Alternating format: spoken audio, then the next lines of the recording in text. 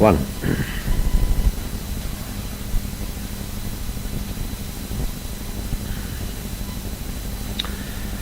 But of the times and the seasons. Notice Paul uses the adverse but. He begins a new theme. That is, he passes from a detailed account of the rapture in chapter 4 to the day of the Lord in this verse. So, of the times and seasons, brethren, you have no need that I write unto you. For yourselves know perfectly that the or a day of the Lord so cometh as a thief in the night. For when they shall say peace and safety, then sudden destruction comes upon them as travail upon a woman with child, and they shall not escape. But you, brethren, are not in darkness, that that day should overtake you as a thief. You are all the children of light and the children of the day. We are not of the night nor of darkness. Therefore let us not sleep as do others, but let us watch. That's a good action word. Let us watch and be sober. Now that's all I want to read. Well, on Monday night we looked at the subject of the love of God. Last night we took up the subject of prayer. And tonight I want to conclude my visit with you, which I've enjoyed, and thanking you for your hospitality and your kindness and your care. I want to conclude with a prophetic aspect in relation to the Lord's coming.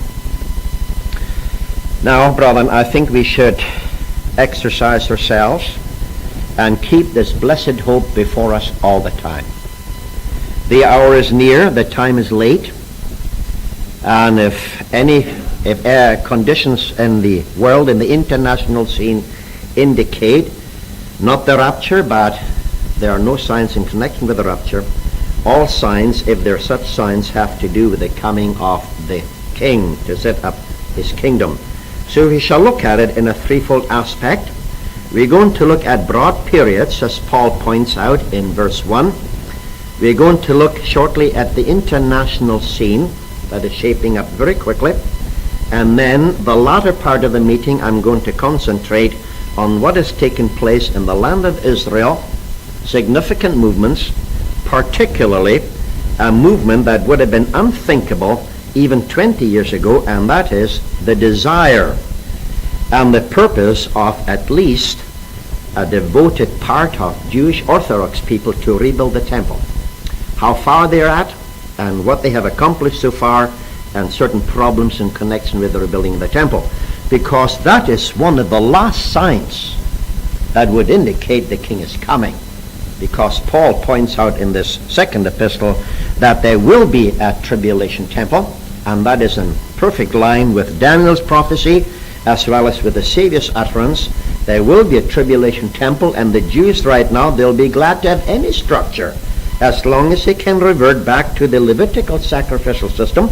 Of course, ultimately, when the Savior comes, there will be a huge temple that will surpass geographically all that has gone on before, which will be situated somewhat north of the city of Jerusalem.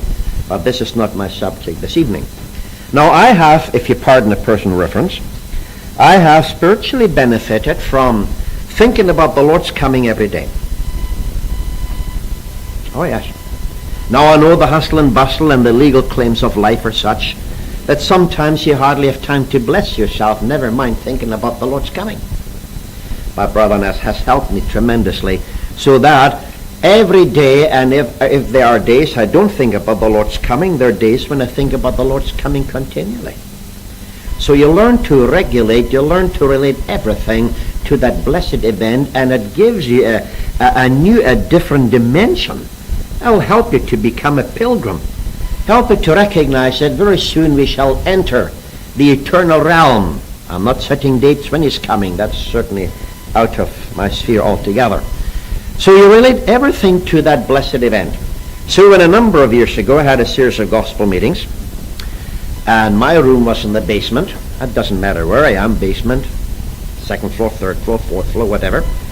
And in the middle of the night the telephone rang. Not in my room, upstairs. And my good host, he answered it, and whereas I think it is rather indiscreet for anyone deliberately to listen to someone else's telephone conversation, because that's not my business, I had no choice but listen, because the conversation was carried on with such enthusiastic gusto. I could hear every word. Right through the ceiling. See? At the end of the conversation, my good host, he almost shouted, he said, "Thank you for calling. This is the day we all been waiting for." Well, at this point, I said, bolt upright in bed, 3 o'clock in the morning. Well, this is the day, he's a respected elder.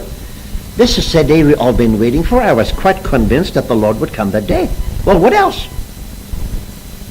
Well, breakfast arrived, and the mystery dissolved. He said, "Fred, you know, I had a long-distance call last night. He didn't have to tell me. I knew that." And he said, the caller informed me from Europe. Now, the mystery begins to thicken again. The caller informed me this morning that in London, in Paris, in Frankfurt, and in Zurich, the price of gold rose $4 an ounce. Well, was I ever disappointed? Well, brethren, come on now, what is it? Is it gold or is it souls? Is it the life to come or is it the life that is? You see? Yeah, this is the day we've all been waiting for. Yeah, the Lord's coming. No, gold's rising. Well, you get the point, don't you? So Paul says now he passes from the rapture to the coming again of the king, and he says of the times and the seasons. That is, he introduces a subject and says, and the word times, they're broad periods. Now I wonder, brethren, if he could learn from broad periods in relation to the coming of the king. Well, I tell you what I've enjoyed. I made known last night that dispensationally God divides the human race into 3. The Gentiles, the Jew, and the church. Paul mentions that in the Corinthian letter. Now, the period of the Gentile nations began at Adam and continued for 2,000 years until Abraham. A broad 2,000-year period. Now notice, at the commencement of which there was a distinct divine manifestation. God to Adam. As these 2,000 years had come and gone, now with Abraham there commenced a 2,000-year period that relates to the Jew. Not only the Jew, but the Jew is prominent. From that time on, the Jewish nation is in the foreground, and all the other nations take their place in light of Israel and divine purposes. Now this 2,000-year period commenced with a distinct manifestation of deity to Abraham. These 2,000 years terminated roughly, more or less an overlap at the coming of Christ, thus inaugurating a third period of 2,000 years. This was the distinct period of the church, Gentile, Jew, and church. 3 distinct 2,000-year period, at the commencement of which there was a distinct divine manifestation of deity. So the church period commenced with the appearing of Christ, a distinct messianic appearance. Now, brethren, is God going to change that pattern? We stand at the threshold. I'm not setting dates. We stand at the threshold of another millennium. By all tokens and purposes, the next age, whether it is the tribulation, when Christ comes before the tribulation to catch us away, or the setting of the kingdom, this will too involve a distinct manifestation of deity. So Paul has in mind broad periods that would somehow indicate, if but in veiled, mysterious form, God's divine purposes. Now then he uses another word, the times and the seasons. Now the word seasons is a little difficult to translate into the English. I'll do my best. It means seasons. It means an indicator, a pointer in the affairs of the human race. As mankind goes along, there will be distinct manifestations that will point to the fulfillment of the prophetic word, or an indicator to point out certain characteristics that have to do with the fulfillment of the prophetic word. This is contained in the word seasons, and I've tried my best to explain it. Now, with this in mind, we can understand why the Apostle Paul himself expected the Lord to return in his lifetime.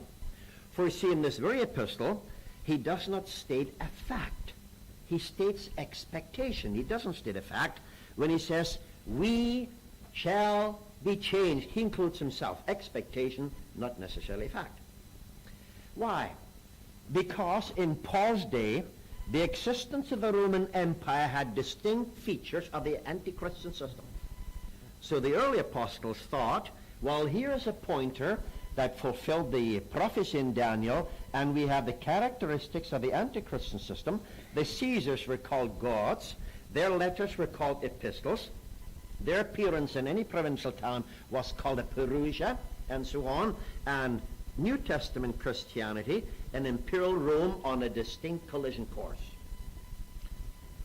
Now, when we come to the Middle Ages, the reformers sometimes receive undue criticism. But some of the reformers believed that the Lord could come in their lifetime. Why? Because the presence of the papish system relating again to the anti-Christian system, so they recognized they had evidence in their day to expect the Savior. Now for the next 500 years with relative quiet, now all of a sudden there came a stir. For the turn of the century, quite a number of Jews started to filter back into the Promised Land. Balfour Declaration, you know the whole development, till 1948. You see, God has given signs in connection with the coming of Christ in the first place. So that the Persians gave a decree in 537 to rebuild the temple. God's hand was upon them. But Daniel's decree does not go from that particular decree to rebuild the temple, which was 537 BC, but 454, we cannot be too sure about the exact date, then there was another decree to rebuild not the temple, but the city. So Daniel's 70th week must commence from that latter decree. And you add 483 years, you come to the very day when the Savior commenced his ministry. Remarkable, isn't it? So there was a distinct sign so that the Jews who should have known the Scriptures really had no reason not to accept Christ as their promised Messiah, according to Daniel. Now, let's look at, before I show you some of these pictures, let's look a little bit at the international scene. You know, the political world, they have no idea, brother, what's going on. For instance, for years to come, the political analysts will wonder why the Conservative Party in England all of a sudden voted out Margaret Thatcher. Just like that. She couldn't understand it. Brethren, what took place and what has taken place, I'll draw attention to other movements, is in direct line with the Scriptures. For you see, Margaret Thatcher represented the old colonial-style England. She said, how can I possibly tell Her Majesty the Queen, if we are going to enjoy the EC movement in Europe, that her picture will not appear on the euro-dollar anymore? She said, how can I do it? So you see, there are pro-European winds blowing in Great Britain. So she had served her generation, and out she goes, in direct line with the development of the European continent. All right. 1991, the Gulf War. Brother, it wasn't over oil. It wasn't over annexation of a geographical landmass. There were far more sinister powers behind that, and that was ultimately, you see, if you're a Christian, you can properly look at history against the unfolding of the prophetic word. The Gulf War started basically to unite all the Arabs to oust or annihilate Israel. It was a distinct design of the devil, and anti-Semitism was existed in the days of Daniel, in the days of the Pharaohs, and exists today. It was a distinct, of course, it backfired. It never worked out. The American High Command recognized the danger behind it, and they never gave the Jewish Air Force the code for attacking, because those pilots in Israel, they sat day and night behind the controls, are the capable fighters, and they would have gladly did their part. But you see, they never even participated, because only the Lord knew what would have involved had they involved themselves. It was not over oil. It was simply another scheme of the devil to wipe out God's ancient people, the Gulf War. Well, the country of Turkey. Turkey has been trying for several years to become a member in the EC, the European Community. But for one reason or the other, which we see quite clear in the Scriptures, Europe has so far rejected it and look for a movement of Turkey towards the Muslim world. Interesting enough, I know we're all familiar with the collapse of the communist system, and very soon there'll be developments of watch Russia developing place, and Russia and the Islamic nation will somehow get together. Strange bedfellows, these two, because the Islamic nations have been trying for 3 or 4 times to wage war against Israel. They have never been able to do it, and so they ultimately will involve the Russians themselves. That day is not too far off. You see, I'm just drawing the broad picture, what Paul means. There'll be certain indicators, and the last 10 years, and not a prophet, nor the son of the prophet, I've made that statement way back in the 80s, that the 90s into which we have entered, and we are more than halfway through, will likely be the most decisive decade of all the last decades in the last 2,000 years. As to the rapidity with which things are taking place on the international scene. There are certain things, brethren, that we are familiar with. There are other things that go on behind the scenes of which most of the people haven't got a clue. For instance, for the last 2 years, Jerusalem's chief rabbis have been making contact with Rome. Rome? Yeah, right to the headquarters. And believe you me, they don't go there to say the rosary. Israel as a nation desperately needs a guarantor for its peace with the Arab neighbors. And that's why they've been going to Rome. The big boy's going to visit Israel likely this coming year. Watch for that development too. A very recent development is right in line with God's purposes. I'm calling your attention to the recent assassination of the Jewish Prime Minister. Perfect line with the Scriptures. Tell you why. For in Israel, there is a conservative movement, very strong. And they believe, and brother, not all the Jews are renegades. Not all the Jews are modern. Most of them are, but not all of them.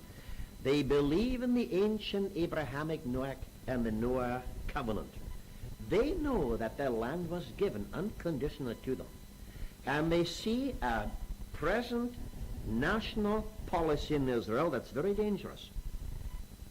Because by international pressure, and you know who is behind that, the world clamors for a Palestinian state. Strange that the Arab brethren haven't absorbed them. But they are clamoring for a Palestinian state, and the folks who are behind this, I say folks, but I just want to talk to you about that. The folks who are behind the assassination of the Prime Minister know the danger exists that the Israeli government will sell out the old covenant for political reasons. And that's why they don't like the present government. This is why they assassinated the man, because they figure he's going to sell them down the river. For see, there's people in Israel know you'll never placate the Palestinians. No matter how much land you give them, they'll never be satisfied. They know it.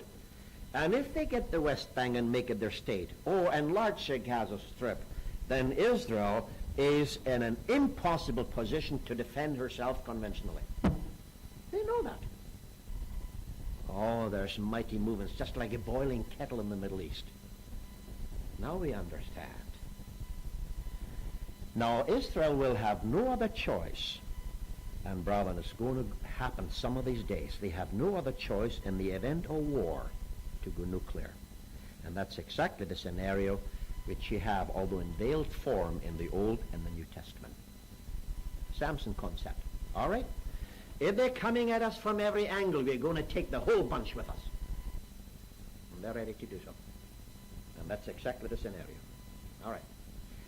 Now, can I tell you that in Rome, and again my information are fairly reliable. In fact, one of the Christians who's involved in that complex is completed now. For over 2 years, a computer system has been set up in Rome, and the brethren may have to change your mind about that 10-horned kingdom. And this computer complex will ultimately control not the European 10 regions, that's included, will ultimately control the 10 world economic regions. From Europe, you know that this anti-Christian system will control the whole world, the Pacific region, North American, South American, European, Asian, and so on, so on, so it goes. 10 world regions. Ready to go. Now, on our last trip to Israel, and I've been trying for about 8 years now to get in touch with the movement in Israel that propagates and is motivated by Old Testament scriptures to rebuild the temple. We never had an audience with a chief rabbi until 1994. Very interesting. I've heard a little about the movement, and that is just about the latest on the horizon of the development in Israel. There's a movement on foot, and they have done extensive research on the Old Testament and the way they functioned, and they are extremely desirous to rebuild the temple. They would do so tomorrow. However, the chief rabbi says to me, he says, now look, we have 3 basic problems. They are as follows. First of all, it's an archaeological one. Picture number 1. He said, in the 7th century, a rabbi got it in his head, it's amazing what pops into the head of the people. A rabbi got it in his head that the Solomon's temple or Herod's temple was built right where the Dome of the Rock is. It's not the Dome of, not the Mosque of Omar. It's the Dome of the Rock. See? He got it in his head. But recently, according to some research, and the Jews didn't have any proof because the Temple Mount or the temple was built not into the ground where you have evidence the temple was built on a flat surface. So when the Romans destroyed it right to the foundation. Whatever stones were left, they threw over the embankment so that anything in Jerusalem dating to the time of Christ is 15 feet under the ground. That's what you have to look for. But in 1967, the Jews took the Temple Mount. Immediately the rabbis began to dig. By the way, the pinnacle of which Matthew tells you is the southeastern corner. The walls from the foundation to the top were at least 250 feet. The Kidron Valley lay over 200 feet below. So that when Satan took the Lord to this pinnacle, there's a sheer 400 drop right down to the bottom. Pilgrims lined up by the thousands during the Passover to camp outside the city limits on Mount of Olives. Now in 1967, the Jews were in the possession of the old city. The rabbis immediately began to dig a tunnel. For they wanted to know various entrances. They could never get at it. And the whole area is honeycombed with at least 3 tiers of building. All this area is honeycombed below with secret passageways, large gathering rooms, and certain rooms that they would gladly get their hands on because they feel there's a few things in there of tremendous importance for the future temple service. Now we know by secular sources such as the Mishnah, which is a Jewish work, not necessarily inspired, a commentary in the Bible, 36 volumes, each that big. Takes a few months for you to get through that. And from Josephus, we know that the gates in Jerusalem, the walls were opposite each other. Now that's the only reference we have archaeologically where the temple was. Because Josephus says that from one gate, the eastern gate, you could look right towards the holy place. In 1996, and this is not exactly according to scale in the center, this actually should be a little bit to the south. But the future temple likely will build up in that part of the country, that part of the mount, because there's a western gate that is in line with the eastern gate here, and therefore the idea is taken hold in Israel, the Kaufman theory, that the temple was not where the Dome of the Rock is. It was not even in the center, it was off-center, somewhat up here. And that's the fortress of Antonia, a large area. This is an actual bridge that existed in the time of Christ, a 3-tiered bridge, over which during the Day of Atonement the scapegoat was taken to the Mount of Olives, and the wilderness of Judea began right behind the Mount of Olives, down towards the Dead Sea. Now, the royal portico, Solomon's porch was this area, cloistered all round about, near the which the Savior and the apostles constantly taught. Thousands of people could be accommodated in this court, which is the court of the Gentiles. You see a little protrusion, a little wall, that was the court of Israel, beyond which no Gentile dared to go under the penalty of death. I draw attention very briefly to a detail. You see this little corner here, the southwestern corner. I must bypass some details. This is how elaborate it was. Near this southwestern corner, this is the entrance that the people took into the temple, right through the wall. This is where the Levites came up, very ornate. The city of David would be down this way, and Zion would be up this way. Now, everything that the Temple Institute have so far produced along the line of vessels, they have concrete evidence by excavation. This stone in Israel, amazingly, every day new things come to light. This stone was found, and I can read Hebrew, but I have the proper translation. The station of the trumpeter. So that when the Passover came, or the Day of Atonement, or certain festivities, the trumpets were blown near this area that could be heard all over the city. Now, these 3 or 4 silver trumpets was the first thing I saw in the museum for the Temple Institute.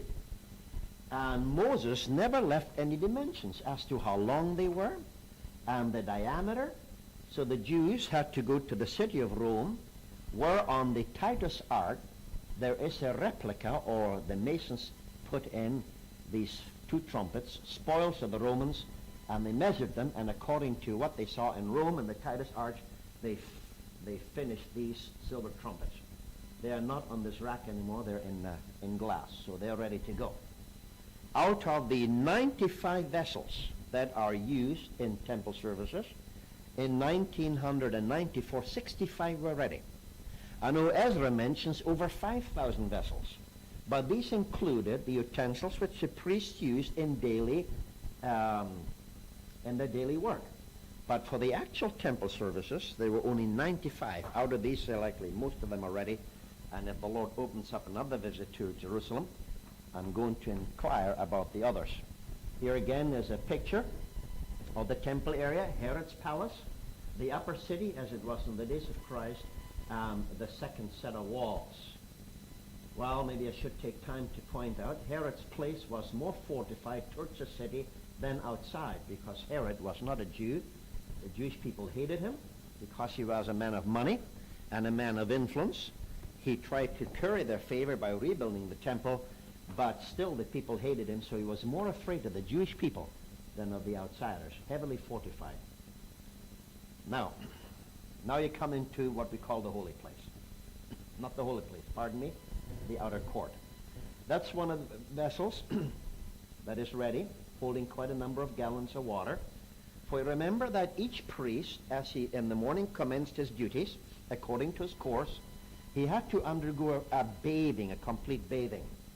But as these priests functioned during the day, then there was, what was needed was the frequent washing of the feet as well as the hands. This is why this little container is there. Now you might wonder what this is. That's what we call an ossuary.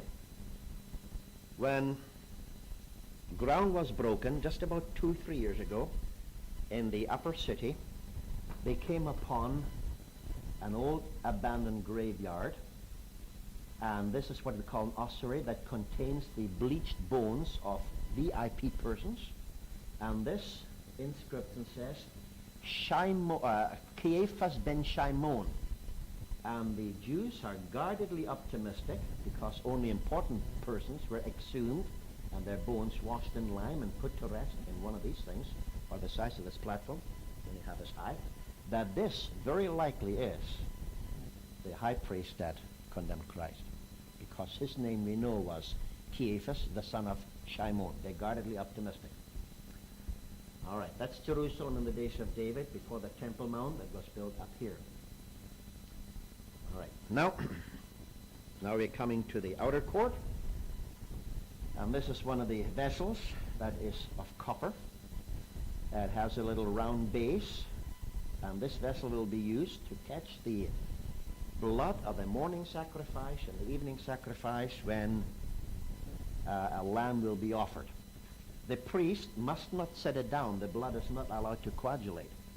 So therefore, immediately after the animal is ritually slain, the goes to the north side of the altar. You see this stylized movement, and he pours out the blood, and this vessel is ready. By the way, when a Tunisian Jew in North Africa heard of the Temple Institute, he offered his services. He's a man like Bezalel in the days of Moses, expert in doing this kind of vessel. Now, these folks did a tremendous amount of research, and they came up with Old Testament pictures and reliefs and mosaics, and this man is just a tremendously gifted man, and he's responsible with a few helpers and having established or making all these metal vessels. Now, in the court, the Levites are singing as the service progresses. The morning sacrifice is accompanied by the Levite singing, and the evening sacrifice is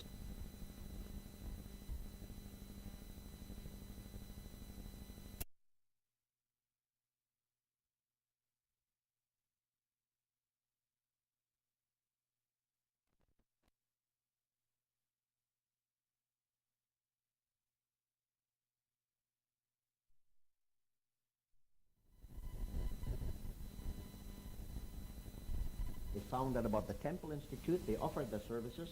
They did a tremendous amount of research, and they came up exactly with this harp that was used in the Second Temple by the Levites. Hundreds of these instruments already. This is a special.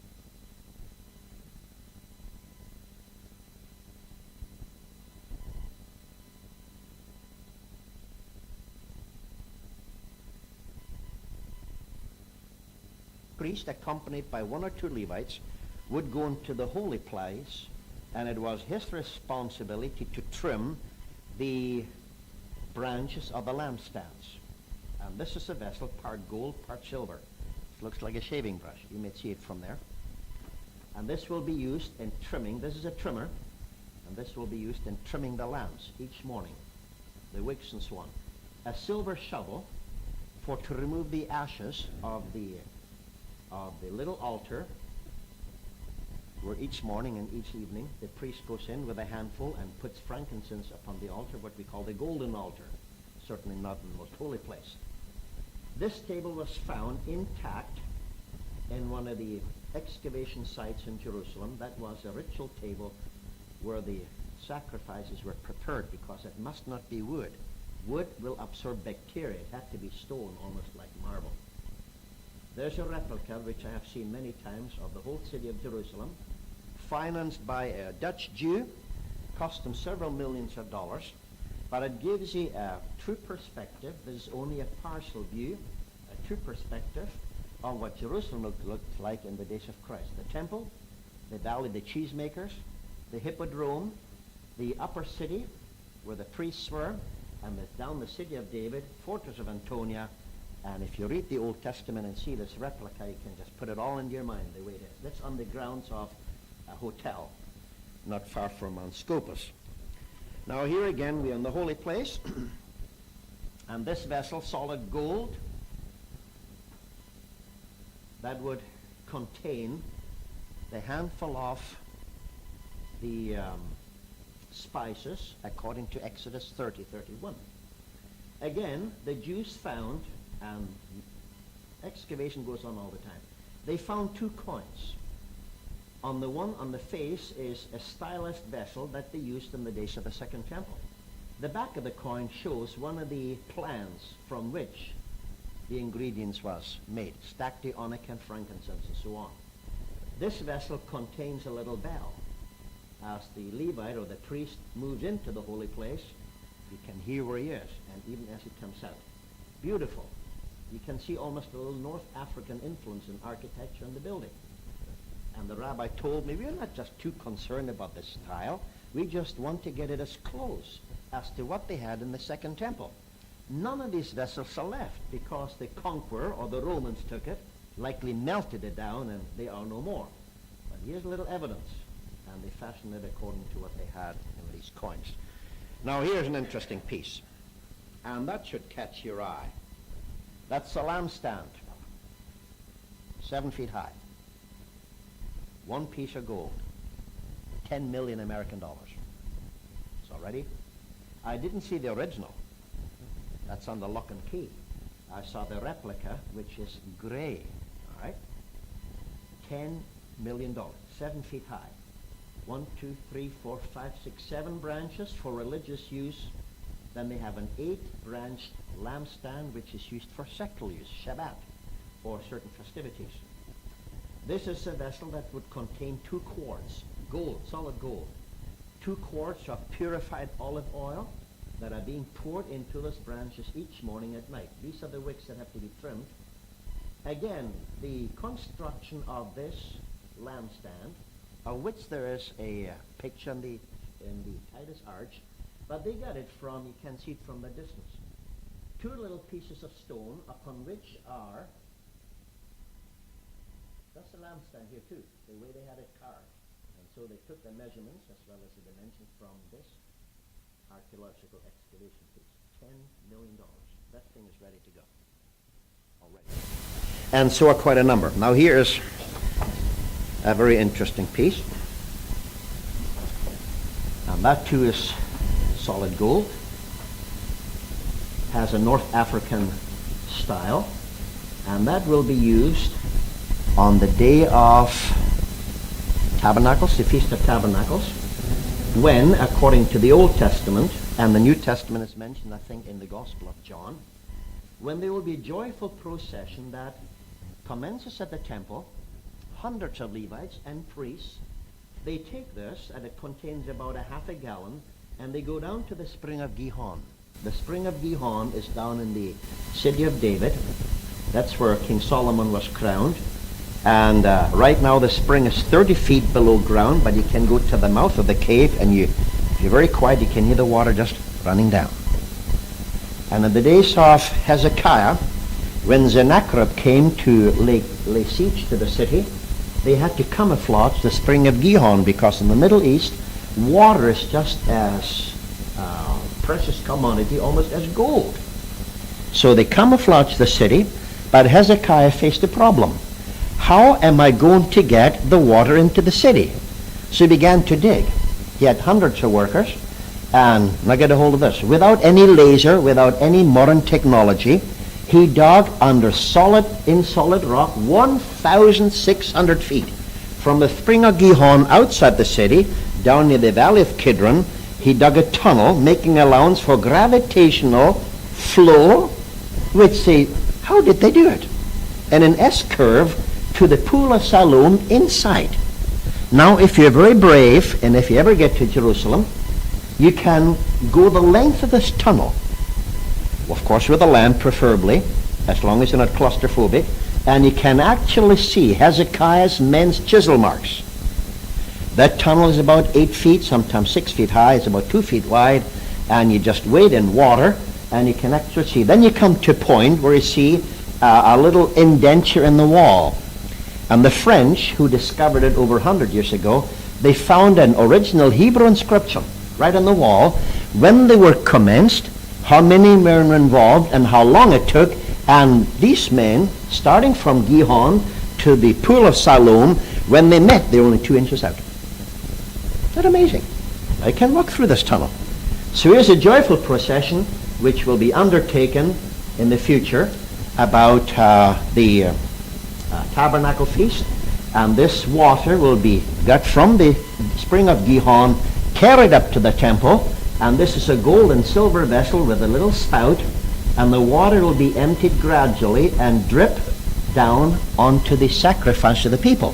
And this is what the Apostle Paul refers to in the Philippian letter. He said, I'm quite happy, I paraphrase, I'm quite happy to be poured out upon as a drink offering upon the sacrifice of your faith. That is, I'm quite happy to go.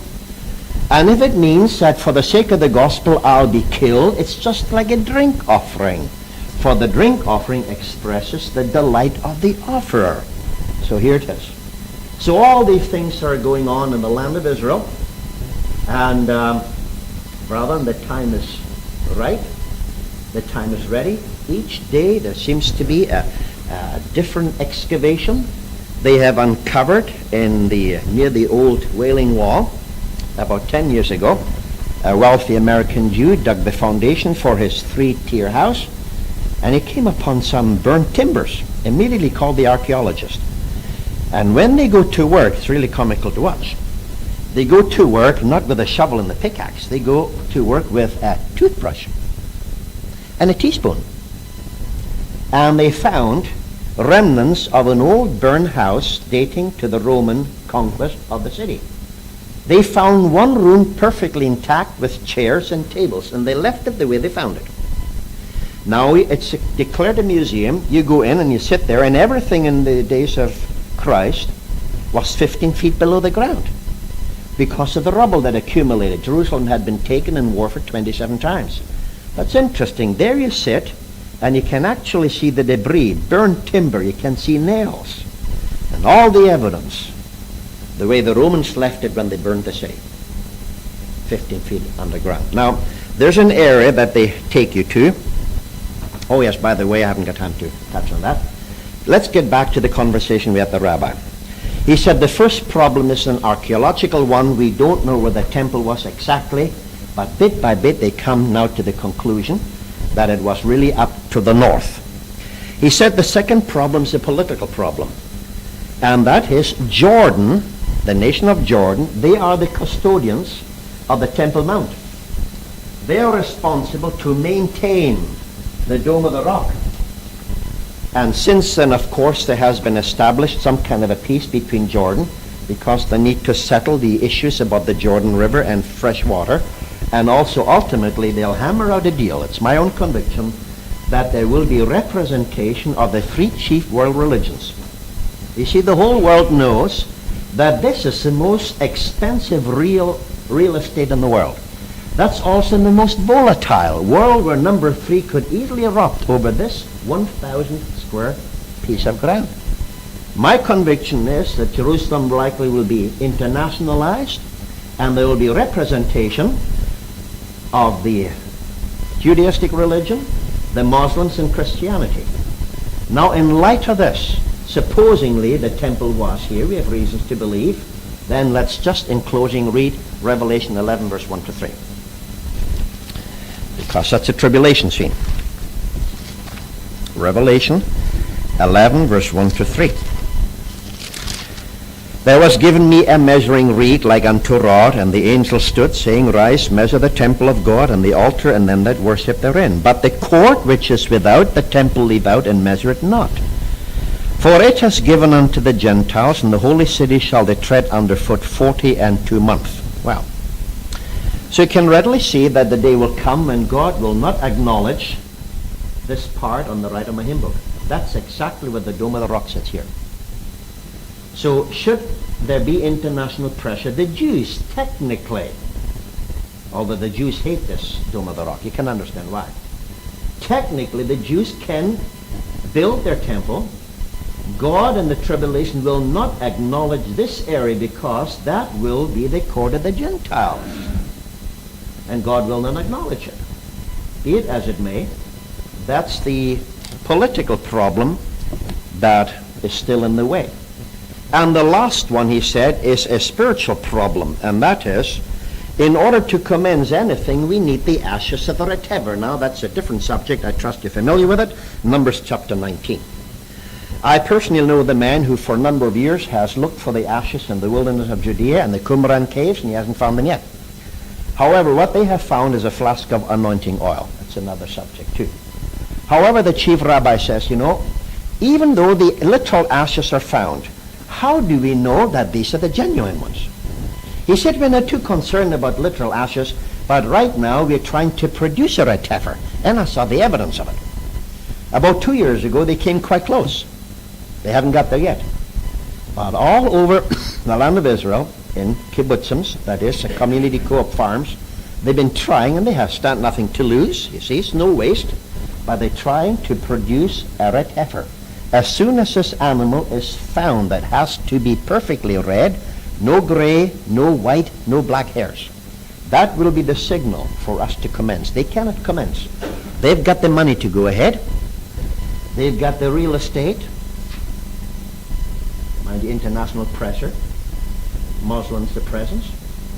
They've got most of the vessels ready. Their heart is ready. And by the way, you know, years gone by, there was a talk that all the building materials were already made in the States. Don't you believe a word of it? And ultimately they're going to ship. No Orthodox Jew would accept Gentile material, no matter it's marble or gold. The Jerusalem temple will be built out of Jerusalem stone that has been used for centuries. Beautiful stone that glistens almost like snow. Will be quarried from the local quarries, and they're ready to go. Ah, brother, it's quite late, isn't it? 15 years ago, how brethren would have scratched their head. Things are developing over there, especially in relation to their building of the temple, that would indicate the Lord's coming is very near. God bless you, and God help us, brethren, to look up. Shall we pray?